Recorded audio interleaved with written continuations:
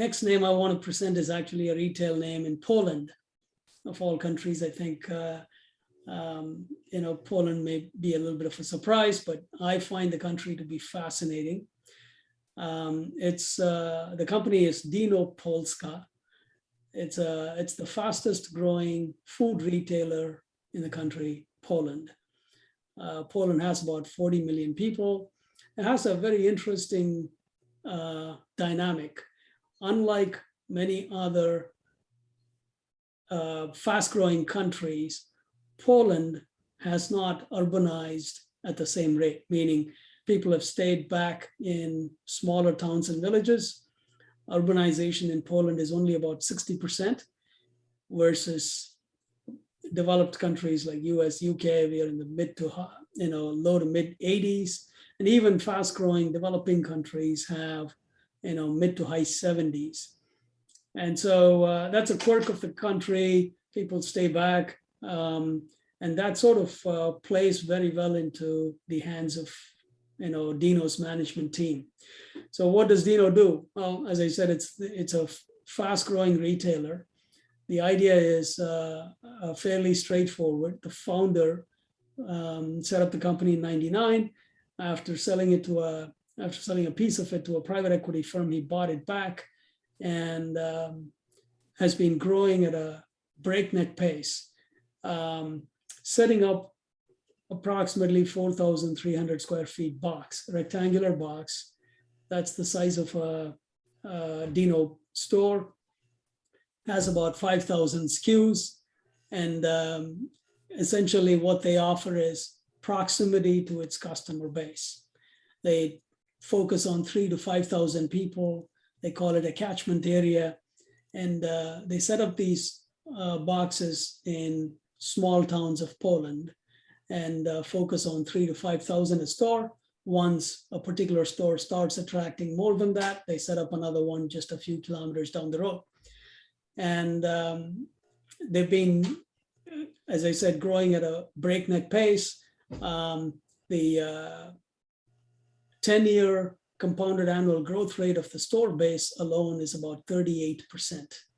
They currently have about 1,600 stores, and it takes about 3 years for a store to break even. It takes them about $1.5 million to actually set up a store, get it going. From the point at which they actually acquire a piece of land, and I'll come back to that in a second, to get it to an operational store, it takes somewhere around 2+ years, just about 1.5 to 2+ years. And so within that time frame, it takes about $1.5 million or so to get it going. They tend to own all their stores, unlike many of their competitors. And most of the competitors, there's a really large competitor by the name of Biedronka. It's actually owned by a Portuguese company, Jerónimo Martins. It's actually a publicly traded company in Portugal, and they own 100% of Biedronka, and they own a few other brands. They own one in Colombia as well, but that's the biggest competitor. And there's a whole bunch of other players. Lidl from Germany, and Lithuanian competitor, and a whole bunch of small mom and pop operators in these small towns. Even though I like to go after monopolies, and you may say, how is Dino a monopoly? It is from its operational angle. It focuses on these small towns where its competitors are these mom and pops, and bigger stores. They have tried to enter some of these smaller markets, but haven't been quite as successful. So from that angle, if it's not a monopoly, it's pretty close to being one in those small markets. The founder owns about 51% of the stock. He's only 47 years old. He's a very reclusive individual. Not many people know anything about him, but he's very involved with the operations. And from my standpoint, this is a company it reminds me of early stage Walmart back in the 70s and 80s here in the US, focus on small towns, growing within those markets where, they could handle only one or two stores like that. Very similar dynamic playing out in Poland. And, I see a significant growth potential going forward. I'm sure there will be a couple of questions.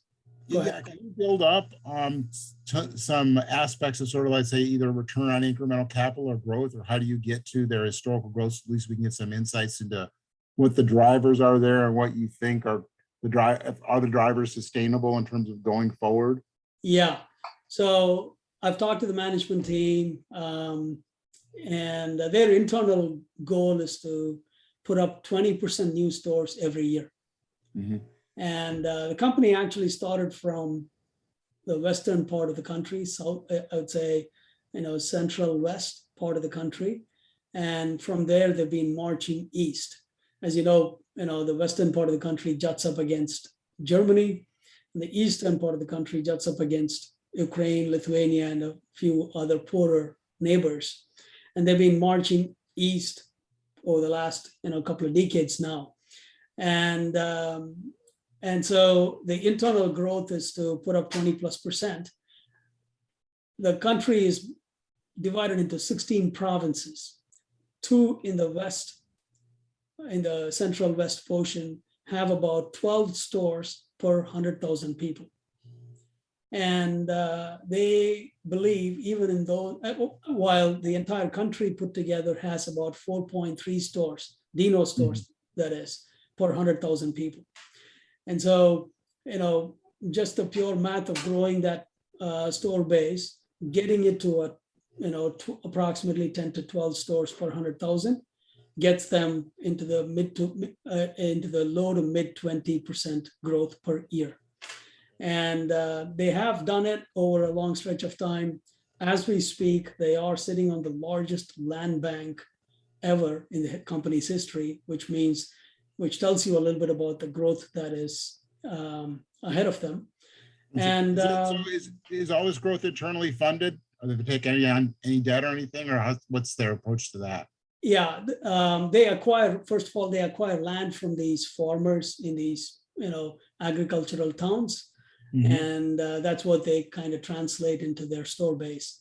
And they fund 100% of their earnings, of their cash, goes back into reinvestment. They do take on a little bit of debt. It's very minimal, 1.1 times debt to EBITDA at this point. And in fact, they think as they continue to grow, that metric is going to go down. They just raised about billion zlotys just recently.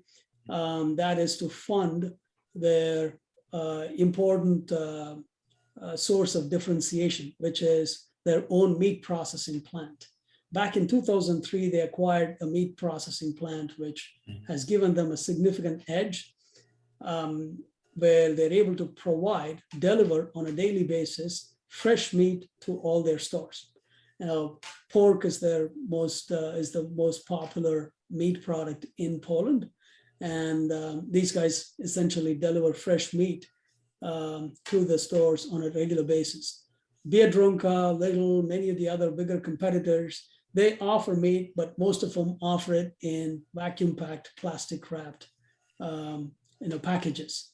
So that's a significant differentiation factor for them. They have had, until as of now, they have had only one plant, meat processing plant, to support all these 1,600 stores. The capital raise the debt capital that they just raised is to help them build their next second meat processing plant. But overall debt level is very minimal. They fund everything internally. And that's something that sets the company apart from many of the other European and even many of the US companies that I've looked at. Many management teams will tell you that we are proud of our dividend program. We have maintained this high dividend strategy for a long stretch of time, blah, blah, blah.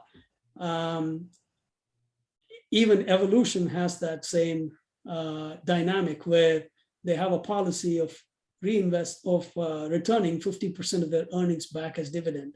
For a company growing at 50+%, I would rather have them reinvest. But they have their own strategy, they have their own plans. And when we come to Dino, they've been very explicit. They've said, we are reinvesting 100% of our cash back into the system because we are growing at a very rapid pace. So what kind, what kind of unit economic returns are they getting when they reinvest into the stores? So it takes about 3 years for a store to break even. Mm-hmm. And given the breakneck pace at which they've grown, approximately 50%, approximately 800 of the current 1,600 stores are not contributing to the bottom line. And without that, return on capital, incremental capital, has been low 20% average since 2014.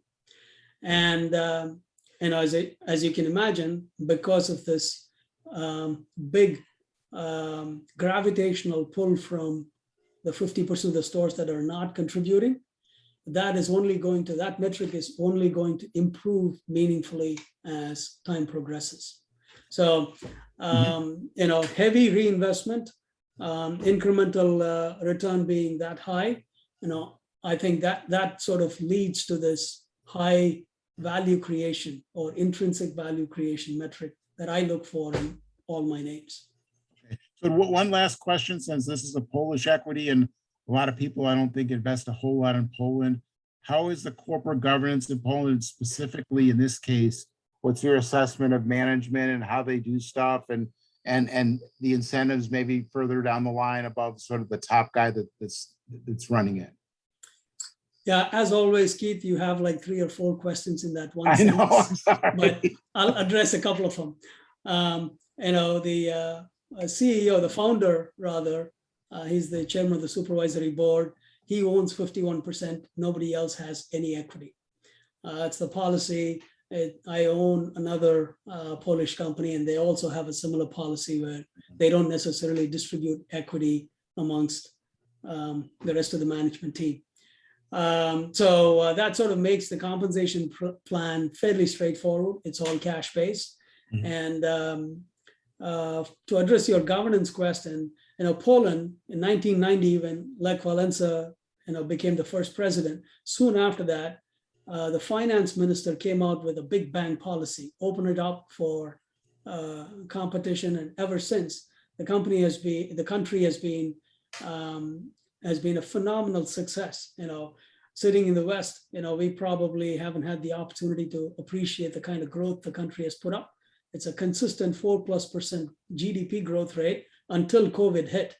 And in fact, if you go to my write-up, I show an interesting chart from World Bank where Poland is actually the second fastest growing country, second only to South Korea. But the country, from a governance standpoint, has sort of copied or translated much of Germany's governance. And, you may raise questions about Germany's governance based on, some of the recent developments in the German market. But to a large extent, from our standpoint, they follow IFRS, they have German governance. It gives me enough confidence that I'm able to get from many of the Western European companies and the US companies. Okay, great. No, that's a real interesting company. I like those kind of businesses where you've got that one's got high inventory times per year. And it basically is just in those types of business. I know here in Rochester, New York, we have a store called Wegmans, and it's a thing. It's got a very high turns, store that really does really good job, and you can do well in something like that where you don't need to make a whole lot on the margins, but because if you can do turns and you're making the customer happy, like we talked about with cars, it's the same thing here. You gotta have stuff in your store that folks really want, right? And they absolutely. The other interesting aspect here is I like the fact that Dino Polska actually caters directly to the customer. There is no intermediary. as in the case of Evolution, where they're selling to the operators, the eventual customers, or the customers of the operators. Here, they're going directly to the customers, and because of the differentiation factors I highlighted, they're able to control the pricing and have a dominant position. And yes, many retailers have this very advantageous position of high turn, providing them this negative working capital. Dino is again a big beneficiary of suppliers funding their operational needs. Very much like Costco, right? I mean, that's Exactly. it's Exactly. a model on a smaller scale and in the niche that they really provide support to. So Yeah.